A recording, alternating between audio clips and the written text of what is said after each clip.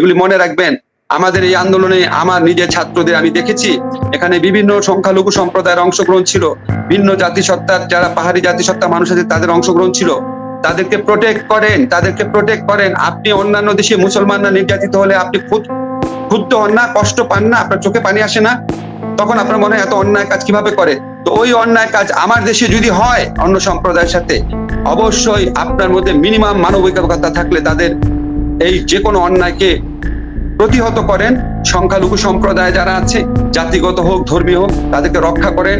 তাদের যে উপাসনালয় আছে রক্ষা করেন। খালেদা, আমি কিছু আপনাকে ভালো সাইনও বলতে পারি। আমরা কিছু ফুটেজ দেখেছি, ছাত্ররা সড়ক নিয়ন্ত্রণ করছে, এটা আপনারা অনেকে জানেন, অত্যন্ত ভালোভাবে করছে। অনেক ছাত্র আছে মন্দির প্যাগোডা পাহারা দিচ্ছে। এই পজিটিভ দিকগুলো প্রচার করেন, এরাই আগামী দিনের বাংলাদেশ। প্রফেসর আসিফ নজরুল, একটি কথা বারবার বলা হচ্ছে যে আসলে এই সরকারের মেয়াদকাল কতটা হবে বা কতটা সময় পরবর্তী জাতীয় নির্বাচনের জন্য লাগবে, সেই ব্যাপারে কি কোনো ভাবনা রয়েছে কিনা? আমরা জানি যে প্রফেসর আসিফ নজরুলের উপস্থিতিতেই মানে মহামান্য রাষ্ট্রপতির কাছে অনেকবার রাজনৈতিক দলগুলি যখন গিয়েছে, মহামান্য রাষ্ট্রপতি এবং সেনাপ্রধানের উপস্থিতিতে আপনাদের মতামত চাওয়া হয়েছে। সেক্ষেত্রে আপনি মানে এটাকে আসলে কিভাবে দেখছেন যে এই সরকারটার আসলে কতখানি সময় পাওয়া উচিত বা সময় দেওয়া উচিত? সেটা আমি আপনাকে ফ্র্যাঙ্কলি বলি, সত্যিকার অর্থে এই সরকারের মেয়াদ নিয়ে কোনো আলোচনাই হয় নাই। ফরমাল যে আলোচনা হয়েছে, আমার সাথে আমাদের আর্মি চিফের পার্সোনালি ওনার সাথে আমি 1-to-1 বসেছি, এবং আপনি শুনলে অবাক হবেন। আমি উনাকে বলেছি যে আপনি যে সমস্ত সংস্কারের কথা বলছেন, এরকম সিভিল সোসাইটি বহু বছর যাবত বলে আসছে। আমার খুবই এনকারেজিং লেগেছে। মানে উনার সাথে মিটিং এর পর উনি আপনার বলছে যে এই সংস্কার করতে হবে, এই যেটা আমরা বলি, ঠিক আছে, পুলিশের, বিচার বিভাগের, মানে সব আমাদের মতোই প্রত্যাশা ওনাদের। কিন্তু এই লক্ষ্যে এখানে সমস্যাটা হচ্ছে কি, দেখেন, একটা প্রত্যাশা থাকবে, রাজনৈতিক দলগুলো আছে, রাজনৈতিক দলের বিপুল সংখ্যক সমর্থক আছে। এই আন্দোলনের পিছনে কিন্তু সমস্ত রাজনৈতিক দলের কর্মীদের অংশগ্রহণ আছে। যদিও বিএনপি বা অন্যান্য দল সরাসরি জয়েন করেছে ঘোষণা দিয়ে পরে, কিন্তু তাদের কিন্তু কর্মীদের ইন্ডিভিজুয়ালি, কালেকটিভলি তাদের বিপুল অংশগ্রহণ আছে। আমার প্রত্যক্ষ অভিজ্ঞতা আমি যেরকম দেখেছি, সবারই তো প্রত্যাশা আছে। রাজনৈতিক দলের সবসময় প্রত্যাশা থাকবে একটা দ্রুত নির্বাচন হোক, আমরা যদি পাবলিক ম্যান্ডেট পাই ক্ষমতা আসবো। আবার সংস্কারকামী মানুষের প্রত্যাশা থাকবে যে কিছু সংস্কার করে দেওয়া হোক, কারণ আমরা তো আওয়ামী লীগের বদলে আরেক একটা অত্যাচারী শাসন চাই না, আমরা এটার অবসান চাই। এই প্রত্যাশা তো সব মানুষের মনে আছে। আইন নীতির হাতে তুলে নেবেন না, নিজের রাগকে সংহত করেন, নিয়ন্ত্রণ করেন, না হলে এই আন্দোলনের বিজয় অর্জন মাহাত্ম্য ধূলিসাৎ হয়ে যেতে পারে। আপনারা যদি মনে করেন যে এই লোক এই অন্যায় করেছে, এই লোক এই ভয়াবহ জিনিস করেছে, আপনারা আইন অনুযায়ী বিচারের ব্যবস্থা নেন। এখন আপনার যে নতুন পুলিশের আইজিপি আছেন, উনি আমার সাথে কিছুক্ষণ আগে কথা বলেছেন, আমার ওনার কথা শুনে ভালো লেগেছে।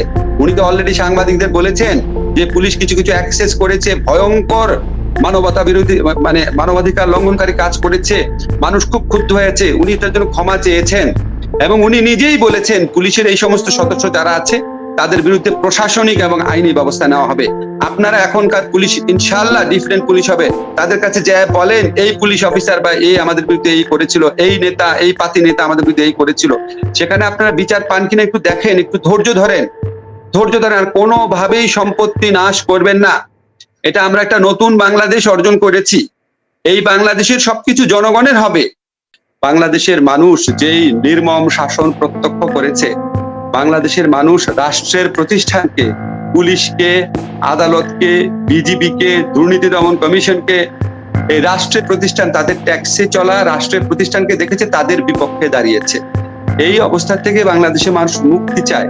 মিথ্যা এবং বল প্রয়োগের মাধ্যমে, প্রহসনের নির্বাচনের মাধ্যমে বছরের পর বছর ক্ষমতায় থেকে যেই সম্পদ লুটপাট করা হয়েছে, বিদেশে টাকা পয়সা পাচার করা হয়েছে, গুম করা হয়েছে, মানুষকে হত্যা করা হয়েছে, এগুলির মানুষ অবসান চায়। আমি তো গত 15-17 বছর যাবৎ নানাভাবে নিগৃহীত হয়েছি। 4 রাত এই বাসার থেকে পালিয়েছিলাম, এই আন্দোলনের আগে রাত্রেবেলা পালিয়েছিলাম। আমার ওয়াইফ আপনার কি বলবো, কি দুঃসহ রাত গেছে, যে সারা রাত নামাজ পড়ে প্রার্থনা করে কাটিয়েছে যে আমার যেন কোনো ক্ষতি না হয়। আমি টেনশনে ঘুমাতে পারি না, আমার বাসায় অ্যাটাক হয় নাকি। আমরা তো আমার এই সাফারি কিছুই না। শত শত মানুষ গুম হয়েছে, হাজার হাজার মানুষ নিহত হয়েছে, লক্ষ লক্ষ মানুষ জেলখানাতে গিয়েছে, কোটি কোটি মানুষ অবিচারের শিকার হয়েছে। এই পরিস্থিতিটা যারা তৈরি করেছে এই পরিস্থিতিটা গত 15 বছর যাবৎ বাংলাদেশকে যারা নরক রাজ্য তৈরি করেছে, আমাদের পুলিশ বাহিনীকে জনগণের কাছে এই ঘৃণিত বাহিনী বানিয়ে দিয়েছে, আমাদের আদালত ব্যবস্থার উপর জনগণের আস্থা যারা উঠিয়ে দিয়েছে এগুলি করে, এটার প্রথম প্রাথমিক প্রধান দায় হচ্ছে তাদের। এখন মনে হয় যে এটা আমাদের জন্য ওভার ডিউ। এই আমাদের যারা তাদের আগের প্রজন্ম, এই তরুণ সমাজের কাছে তারা আজকে যেই সাহসিকতা, যে প্রত্যয় দেখিয়ে, যে স্যাক্রিফাইস দেখিয়ে আজকে আমাদের জন্য অপরচুনিটিটা এনে দিয়েছে দেশ গড়ার, সেটাকে সর্বাত্মক ভাবে ব্যবহার করার জন্য আমাদের যতটুকু সততা আছে, আন্তরিকতা আছে, পরিশ্রম করার ক্ষমতা আছে, সেটা দিয়ে আমরা চেষ্টা করব। এবং সেই লক্ষ্যে নিশ্চয়ই স্যার আমাদেরকে উপযুক্ত নেতৃত্ব নিতে পারবেন, আমি 100% কনফিডেন্ট। তো দুইটার মধ্যে কম্বিনেশন করে ডেফিনেটলি একদম এসেনশিয়াল, আমার ব্যক্তিগত মত, এসেনশিয়াল যে রিফর্ম গুলো আছে হয়তো সেটা করে সেটা মানে অবাধ সুষ্ঠু নির্বাচনের কাজ এবং এসেনশিয়াল অন্যান্য সেক্টরের রিফর্মের কাজ একসাথে চলবে। রিফর্মের মধ্যে তো নির্বাচন প্রক্রিয়া পরে, আপনি জানেন সবচেয়ে ভয়াবহ অবস্থা এখানে। তো সব ধরনের রিফর্মের কাজই চলবে, যেটা খুব এসেনশিয়াল, যেটা করতেই হবে, না হলে সুষ্ঠু নির্বাচনের ফলাফল বেহাত হয়ে যাবে। এরকম চিন্তা যখন থাকবে, সেই রিফর্মগুলোর কথা চিন্তা করা হবে। এবং আমি মনে করি ইউনূস স্যারকে আমি যেটুকু চিনি, উনি মানে উনার তো ক্ষুদ্র ঋণ, সামাজিক ব্যবসা, এটা সারা পৃথিবীতে ওনার কাজ আছে। উনি নিশ্চয়ই চাবেন না আপনার মানে আননেসেসারি দেরি করতে চাবেন না। মানে আমার মনে হয় এখানে যারা আছে তাদের সবারই হচ্ছে যে নির্বাচিত প্রতিনিধিদের কাছে ক্ষমতা ফিরিয়ে দেওয়া, তার আগে এসেনশিয়াল কিছু সংস্কার করা, যেটা আবার নির্বাচিত প্রতিনিধিরা এসে আবার আপনার মানে সেই কাজগুলা করতে না পারে, যেটার বিরুদ্ধে আমাদের তরুণ সমাজ রুখে দাঁড়িয়েছে। প্রফেসর আসিফ নজরুল, গত 2 দিনের আইন শৃঙ্খলা পরিস্থিতিতে দর্শকরা মানে অনেক দর্শক আমাদের সাথে যুক্ত আছেন। প্রফেসর আসিফ নজরুল কি আছেন আমাদের সঙ্গে? মানে জি প্রফেসর আসিফ নজরুল, গত অনেক দর্শক আমাদের সাথে এই মুহূর্তে লাইভ যুক্ত আছেন, প্রায় 15,000-এর মতো দর্শক আমাদের সাথে যুক্ত আছেন। তাদের সবাই একটি বিষয়ে আপনার একটু দৃষ্টি আকর্ষণ করছেন, গত 2 দিনের প্রায় সবাই মানে তাদের অনেকে, যে গত 2 দিনের আইন শৃঙ্খলা পরিস্থিতির ক্ষেত্রে আসলে আপনাকে উদ্ধৃত করে অনেকে বলছেন যে আপনি আহ্বান জানিয়েছিলেন যে এটি বন্ধ হয়, কিন্তু অনেকে প্রশ্ন করছে যে এর জন্য দায় আসলে কার? বাংলাদেশে কি এখন সিভিল ডিফেন্সটা আসলে কাজ করছে কিনা, কখন নাগাদ এটা কাজ করবে, এটি নিয়ে সবার উদ্বেগ। আমি প্রথমেই বলি, আইন শৃঙ্খলা পরিস্থিতি প্রথম দিন খুবই খারাপ ছিল। আমি সারা দিন সেদিন ক্যান্টনমেন্টে, তারপর বঙ্গভবনে ছিলাম, ফেরার পথে কিছু ফুটেজ দেখে আমি এত বিপর্যস্ত হয়ে পড়েছিলাম যে আমি এসেই একটা ফেসবুক লাইভ করেছিলাম। তবে এখানে একটা ব্যাপার হচ্ছে কি, এখন কিন্তু এখন আমি চিফের সাথে কথা বললাম, ওনাকে আমার খুব আন্তরিক লেগেছে, কিন্তু উনি আমাকে বললো কি, দেখেন আমার যে সেনাবাহিনী আছে, ও তো আইন শৃঙ্খলা কাজ রক্ষার কাজে ও তো প্রশিক্ষণ প্রাপ্ত না, পুলিশকে ছাড়া তো কাজ করা যাবে না। এখন জনগণ পুলিশের উপর মানে ব্যাপক হারে নির্বিচারে তাদের রাগ প্রয়োগ করতে গিয়ে অনেক আপনার খুবই অনাকাঙ্ক্ষিত ঘটনা ঘটেছে। আমাদের পুলিশ বাহিনীর সদস্য অনেকে নিহত হয়েছেন, ওনাদের মধ্যে একটা প্যানিক ছড়িয়ে পড়েছে, এটা তো আপনি অস্বীকার করতে পারেন না। আমি যারা আন্দোলনকামী ছাত্র জনতা আছে তাদেরকে বলি, দেখেন ভাই, এখন এগুলি কোনো কিছু ধ্বংস করেন না, আর এমন কিছু করেন না যেটার সাথে আমাদের ইতিহাস ঐতিহ্য সম্পূর্ণভাবে অঙ্গাঙ্গে ভাবে জড়িত। যেমন ধরেন আমাদের অপরাজেয় বাংলা, আমাদের শহীদ মিনার, এগুলি আমাদের জাতিসত্তার অবিচ্ছেদ্য অংশ। কোনোভাবেই এখানে কোনো কুচক্রী মহলকে কোন রকম ক্ষতি সাধন করতে দিবেন না, চিন্তাই করতে দিবেন না, খবরদার। এগুলি আমাদের জাতিসত্তার অংশ। আচ্ছা, এখন আমি যেটুকু জানি, এই আলোচনা তো হচ্ছে এখানে তরুণ সমাজের ইচ্ছা, তরুণ সমাজের প্রত্যাশাকে প্রাধান্য দেওয়া হচ্ছে।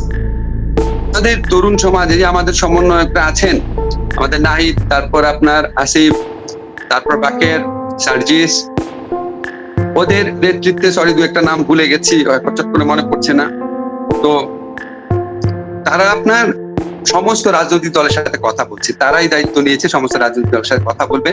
এটা আপনার আমাদের প্রেসিডেন্ট এবং আমাদের যে সেনা প্রধান, নৌ প্রধান, বিমান বাহিনী প্রধান, ওনারাও এগ্রি করেছে। তো উনাদের প্রতি রাজনৈতিক দলগুলার, উনাদের প্রতি রাজনৈতিক দলগুলার যে শ্রদ্ধাবোধ আমি দেখি, আর এই আমাদের তরুণ সমন্বয়কদের মধ্যে যেই ম্যাচিউরিটি আমি দেখি, অনেকের মনে হবে আমি একটু বাড়িয়ে বলছি। দেখেন, আমি ওদের সাথে ইন্টেন্সলি গত 2 দিন যাবত আছি, আমার এত অবাক লাগছে যে এরা এত ম্যাচিওর, এত বুদ্ধিমান। ডক্টর ইউনূসের চয়েসটা ওরা করেছে, চিন্তা করেন, স্যারকে তারা রাজি করিয়েছে। স্যারকে এর আগে যখন 111 গভর্নমেন্ট ছিল আমরা জানি তো ভিতরে কথা, সমস্ত বাহিনী সমস্ত সুশীল সমাজ মিলিয়েও স্যারকে রাজি করাতে পারে নাই। আর এই তরুণ সমাজ স্যারকেও রাজি করিয়েছে, স্যার কিন্তু এখন আরো বেশি ব্যস্ত ইন্টারন্যাশনাল। তো এটা ওদেরকে সবাই আমরা এত ভালোবাসি, এখন ওদেরকেই প্রাধান্য দেওয়া হচ্ছে, ওরা কথা বলছে। আপনাদের আমরা এটা বলতে পারি, এই সরকারে যারা আসবে আপনাদের পছন্দ হবে তাদের। শুধুমাত্র আপনার জনপ্রিয় লোক না, এফিশিয়েন্ট লোককেও রাখার চেষ্টা করা হচ্ছে। ইনশাআল্লাহ আপনারা হতাশ হবেন।